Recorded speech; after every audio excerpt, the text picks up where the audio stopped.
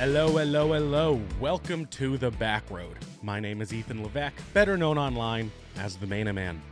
Using the ideas and principles that have guided my own career and life goals through business, marketing, and creativity, I'm here to discuss the strategies that help to grow and sustain strong relationships with your audience, no matter the platform.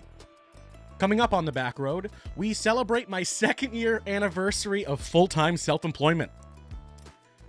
I talk about the 3 rules of life that a business must follow in order to succeed, and I explain how an ideal brand in today's world should be devoting at least 60 hours a month to video content on social media. All of that and more just around the corner.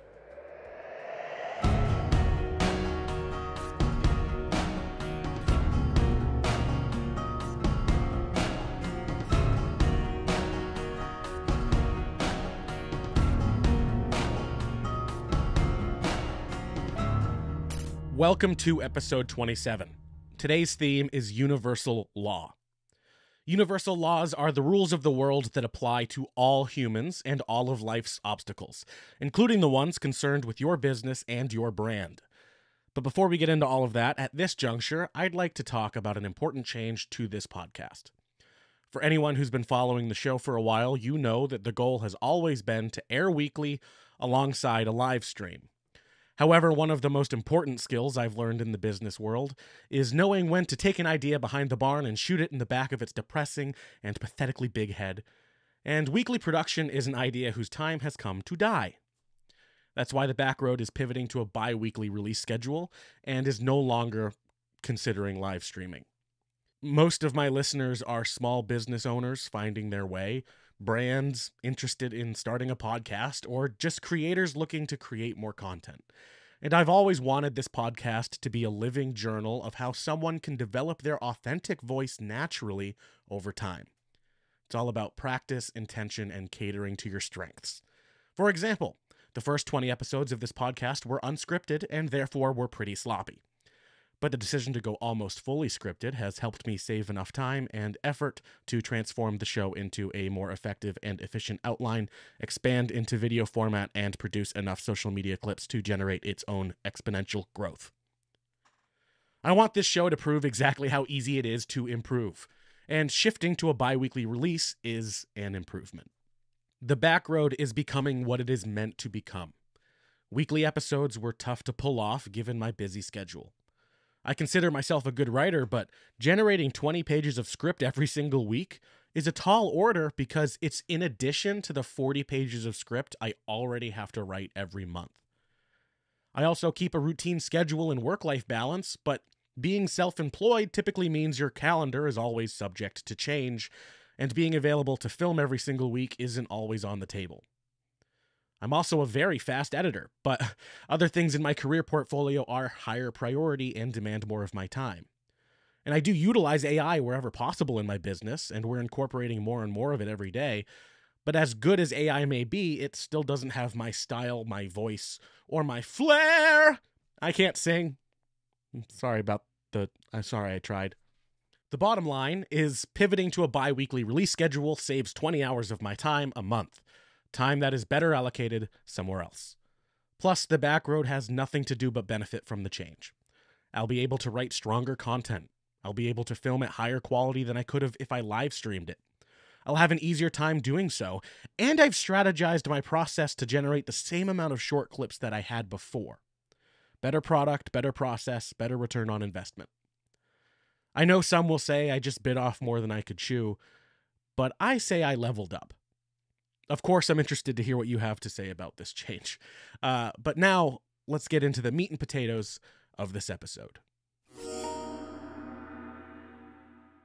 Self-employment. The wonderful, ideological, exhaustive, culture-shocking, life-erupting, ever-so-inconvenient pursuit of not mediocrity. I first started my video production company right out of college in 2016. I'm coming up on my 8-year anniversary of that, and boy, do we have a love-hate relationship. But self-employment has been both the greatest and most fulfilling part of my life, as well as the hardest and most obstacle-riddled booby trap I've ever stumbled into. But the 8-year anniversary isn't what I'm here to celebrate. No, I'm here to celebrate a more momentous occasion. This week I celebrate the anniversary of getting in a life-altering fender bender. For more on this story, you can listen back to episode 20, but for a quick recap, here we go. I spent 5 years employed for an awesome marketing agency, had the time of my life, worked with great people, learned a whole lot, then experienced 6 months of life changes, a severe spiritual awakening, and daily anxiety attacks. Pretty awesome. Until one day I got lightly rear-ended while buying a 10:30 a.m. McFlurry at McDonald's, which snapped my brain into action, inspiring my 2 weeks' notice and my full-time commitment to entrepreneurship. I got bumped by a texting teenager at 1 mile an hour and my entire perspective on life aligned. I'm celebrating my 2nd year anniversary not because of where it's gotten me, but because of who and what I left behind. I shed my skin. I became who I was meant to become. I realized I believed in the pursuit of my passion. I realized I valued my free time. I realized I wanted to build something and help my community. I realized I could heal. I realized I could not only be whatever I wanted to be, but I could reestablish my entire philosophy on life. I remember the week I left feeling so incompetent, unsure, and without confidence. I remember not feeling any validation from the people I wanted around me, feeling like an absurdity to the people who had come to respect me, and feeling like I was abandoning everyone I had ever known. But I carried on. I was on a new path, and I had no idea what was in store for me. And that's when I realized why I was moving on. Because the way of the world, the way I was taught, the way everyone else is doing it, wasn't working. Not for me.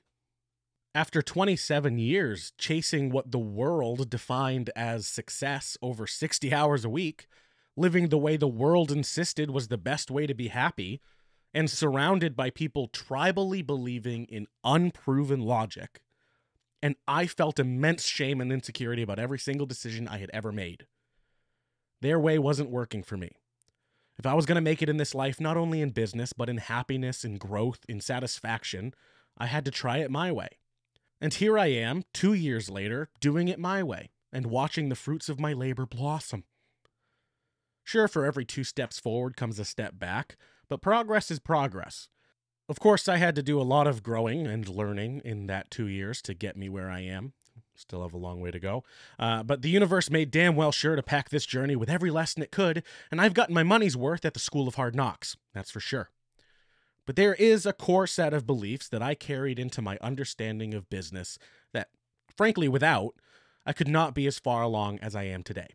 I call them the 6 musts of business. We must be in charge of our own vision. We must practice discipline. We must communicate professionally. We must diversify. We must not affect our relationships, and we must prioritize growth. If one of these topics piques your interest and you want to learn more, go check out episodes 21 to 26. These musts are what has set me apart from my competitors, and with them, you can accomplish just about anything. Now let's break them down one by one. The first is that we must be in charge of our own vision. This is simple. You've heard the phrase, there are too many cooks in the kitchen. Well, that's an illusion, because everyone knows there are a lot of cooks, but there's only one chef. If you want to be in charge of the food, if you want to be in charge of what it tastes like, you don't have to be the one on the stovetop. You need to be the person whose name is on the menu. Your name is attached to your business, therefore your name is your brand. Take it seriously. If someone else wants a hand on the wheel, you will never have full control. It's okay to back out of a deal because it feels too one-sided. It's okay to reject an opportunity because it doesn't align with your core values. Business is business, and your vision is your vision. Vision matters. Second, we must practice discipline. This is also simple.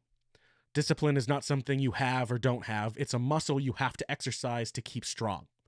You don't see heavyweight boxers eating salads at Olive Garden for the same reason you don't see teeny tiny ballerinas inhaling buffalo wings on BOGO night at Buffalo Wild Wings. Because they know that their life is easier when they do the thing that they should do. The heavyweight boxer will carb load, the never-ending pasta bowl, and the ballerina will order nothing and instead ask for everyone's side celery. Procrastination is a big time killer, more than scam calls and junk email. Getting better at choosing to brush your teeth every night will get you better at waking up to your alarm clock in the morning. Getting better at making the bed when you wake up will make you eventually better at responding to emails for 3 hours. The number one thing people can do to make their life easier is to just sit down and do the thing that they need to do. Accountability matters. Must number 3. We must communicate professionally. Again, couldn't be simpler. We should take every phone call, email, meeting, and message as important as an order at our favorite steakhouse.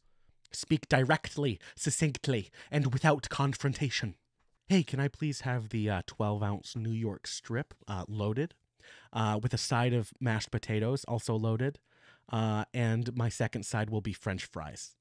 Yeah, no veggies, just potatoes 2 ways. Thank you so much. You gotta be nice, because some waitresses aren't above spitting in your food for the same reason some companies aren't above hurling your e-message across an e-room into an e-trash bin. But professionalism means more than being nice. It means saying everything you need to say.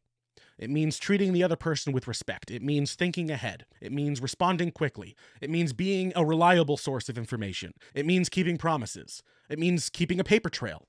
It means being organized. It means using appropriate formats. It means cutting the bull scat, over-communicating, and eliminating the room for error. Not because you owe it to them, but because you owe it to yourself. Business is a lot easier to handle when it's organized, obvious, and optimized. Professionalism matters. 4th, we must diversify. If you haven't picked up on the pattern by now, it's simple, although diversity is vague. Ultimately, diversity is all about doing things multiple ways. It's about casting a wider net. Or, to put it in different fishing terms, you'll catch more trout if you throw more bait. Diversifying your content on social media builds your reach with different audiences. Diversifying your portfolio offers you a more secure and stable financial situation. Diversifying your personnel invites new perspectives into your business. Diversifying your menu invites new customers into your establishment. Companies who stick by the cliche, "That's the way we've always done it, so that's the way we'll always do it," will be the companies who first die when a new wave in their industry arrives. Diversifying the way we operate clues us in early to the things we can do to be better. Change matters. 5th, we must not affect our relationships. Simple. Good help is hard to find, good support is hard to come by, good networks are hard to infiltrate, and good ideas are hard to generate. Be good to your friends, and your friends will be good to you. Develop win-win scenarios. If something works, do it again. Partner with those who see your value. Stay connected. Do everything you can to make sure that the relationships you've made are intact. Because you worked hard to plant them, and with some nurturing and space to grow, they'll continue to blossom. If we're working with someone we have a good relationship with, we have to do right by them. If we're affecting our relationships, we have to hold ourselves accountable and fix what's wrong. If we're losing our connection, we have to remove the pressure and heal the bridge. Acquiring a new customer can cost 4 to 5 times more than retaining an existing customer. And the success rate of selling to a customer you already have is 60 to 70%, while the success rate of selling to a new customer is 5 to 20. Relationships matter. And lastly, number 6, we must prioritize growth. What is it? You guess it yet? It's simple. You've got to learn. And you've got to keep learning. Every molecule of memory stored inside your brain is a skill you possess in the real world. As mentioned in an article in Scientific American, the memory capacity of a human brain was testified to have equal to 2.5 petabytes of memory capacity. That's 27,500 4K movies. You are just a server waiting to be uploaded to. Every single thing you learn is an advantage in the world. And in today's technological world, information is everywhere waiting to be received. If you come across an obstacle in your work, one Google search today will get you further than 1 month 100 years ago. Be grateful for the time period you live in, because not only can you be anything you want to be, but the blueprint mostly already exists. Growth matters. The 6 musts of business led me to make decisions that would infinitely impact my career. They also led me to networks I wouldn't have had access to had I not followed their guidance. If you want to learn more about vision, discipline, communication, diversification, relationships, or growth, I strongly encourage you to explore episodes 21 to 26. The 6 musts of business represent the heart of my business operations. But there are other lessons I've learned in the past 2 years that I've absorbed into my business practice. That's why this week's Earful is all about the advice I was given, didn't immediately practice, but eventually adopted. Most of us have heard of Murphy's Law, the universal law stating that whatever can go wrong will go wrong. That is a universal law, a rule that seems to apply to all human beings in all aspects of their life.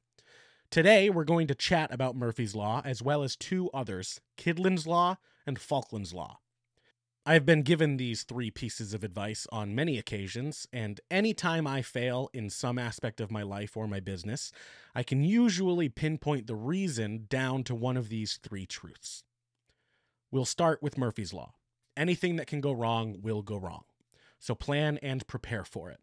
Hope for the best, but expect the worst. Mice find a way into your house the same way woodpeckers choose which tree to destroy, and the same way the universe is able to poke you where it hurts the most. They aim for the weak spots.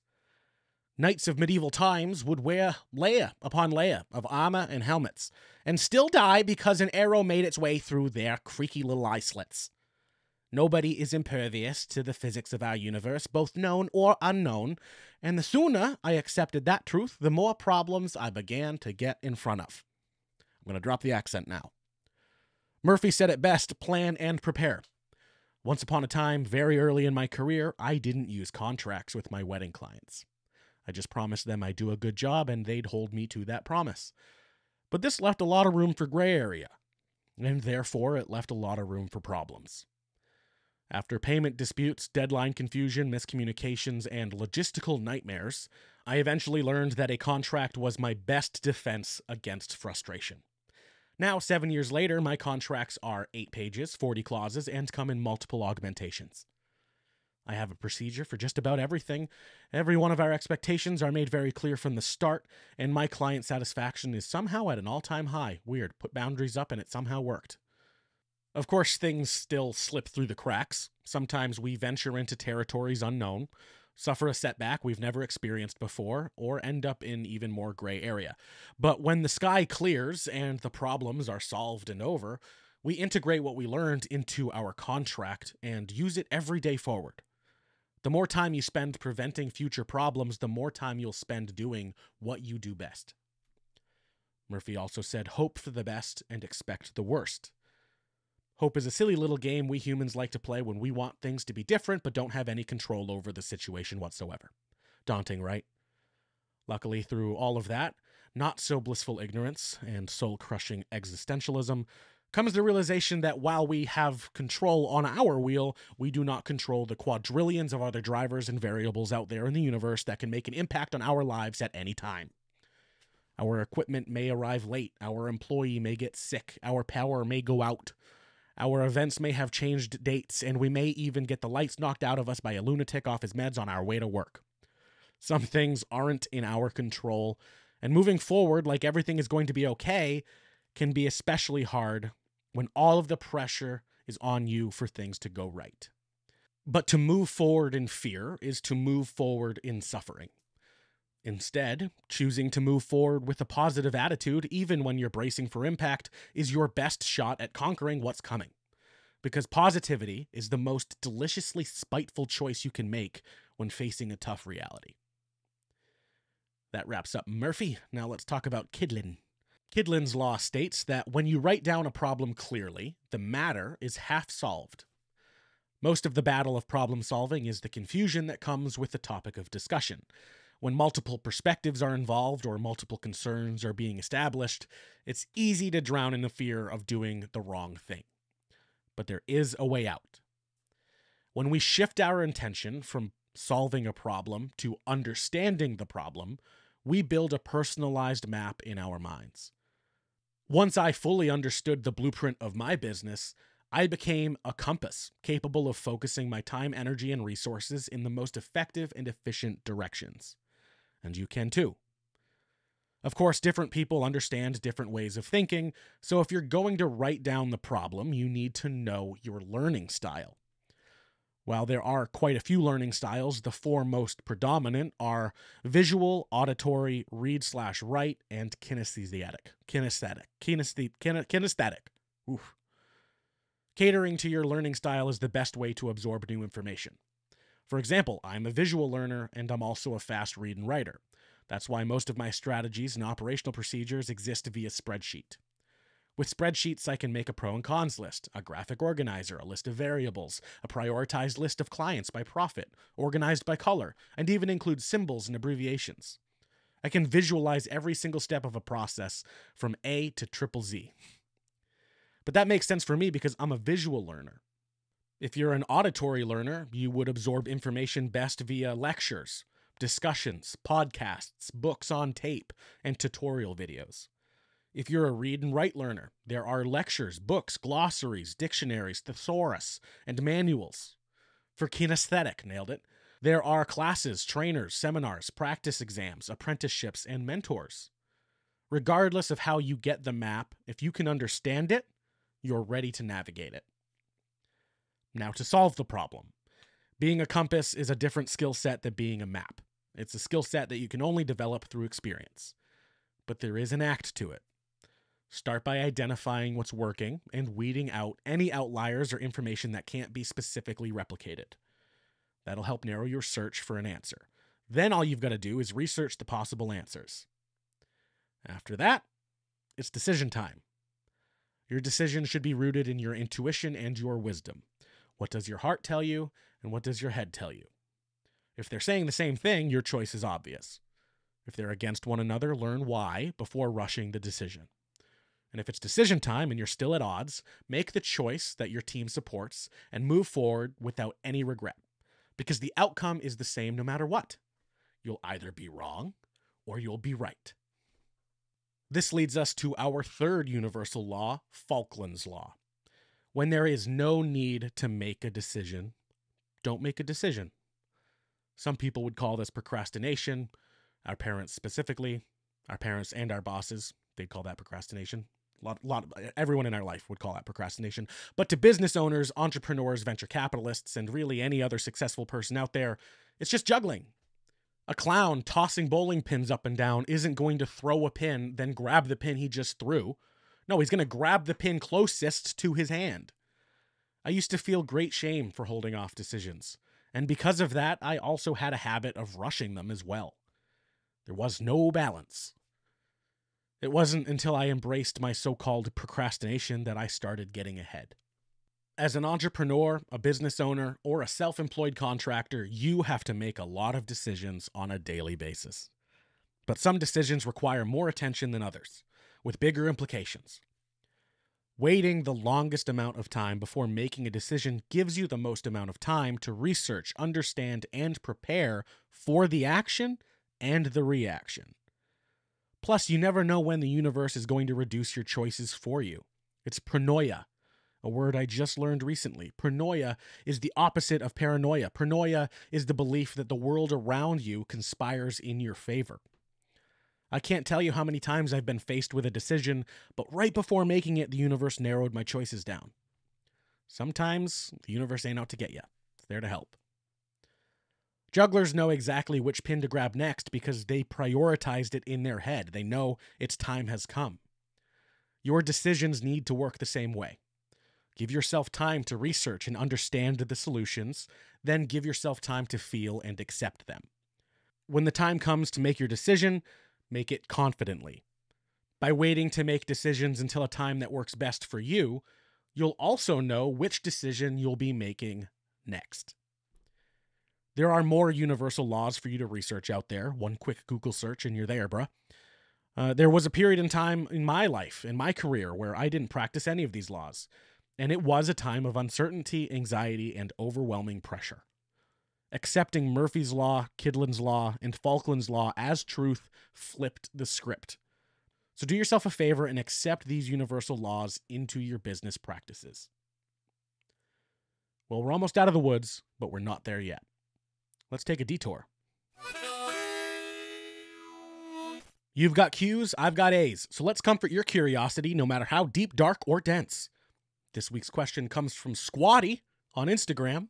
He asks, how many videos should a brand create a month? Now, I love how awesomely timed all of these questions have been lately. Honestly, I wasn't even going to use the A&Q segment today, but the question got posted at the exact same time. I created a sales sheet containing a section called an ideal video content schedule. So consider it kismet.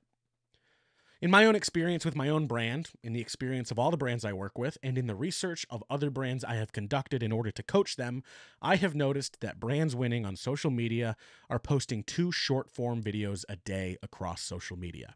That's 60 videos a month. That's 15 hours of pre-production writing and logistics. That's 15 hours of production, filming, and acting. That's 15 hours of post-production editing and polishing. That's 15 hours of distribution and management on social media. And 60 hours of time a month. And yet, I hear business after business talk about how important it is to create content and then still not do it. So here's the reason why posting 2 short-form videos a day is an ideal schedule for every brand. Because it is proven to work. Brands that use this strategy often amass more than 100,000 followers on social media. They get millions of views, and they have an outstanding interaction to conversion rate. This strategy has even helped my own clients accomplish their goals faster than ever anticipated. 2 short videos a day has transformed the reputation of local businesses, has quickly spread information about several local health crises, and has introduced local nonprofits to entirely new audiences. So the answer to your question, Squatty, even funnier the second time, is 2 a day, 14 a week, and 60 a month. But that is just video content. Photo and graphic content is another thing. Cross-posting and promoting are another. Interactivity is one more. But whatever release schedule you set, do your best to stick with it. He says in the same podcast that he announced his release schedule was changing. My question to you is, are those 60 hours best spent by someone inside your organization or someone externally? Thanks for listening. The end of our journey has come, but don't worry, there's plenty more to learn and consume. If you need help with your brand's content, management, production, or strategy, feel free to drop me a line, ethan@northernoakmedia.com. Don't forget to like, follow, and subscribe to The Main Man on YouTube, Instagram, Facebook, and TikTok for the time being, @The Main Man. Be sure to catch The Back Road wherever podcasts are found every other Wednesday at noon.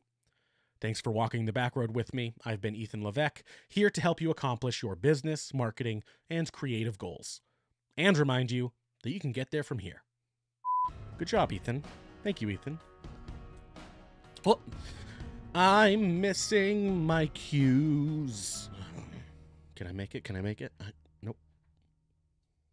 I'm not going to make it. Dang it, I'm not going to make it.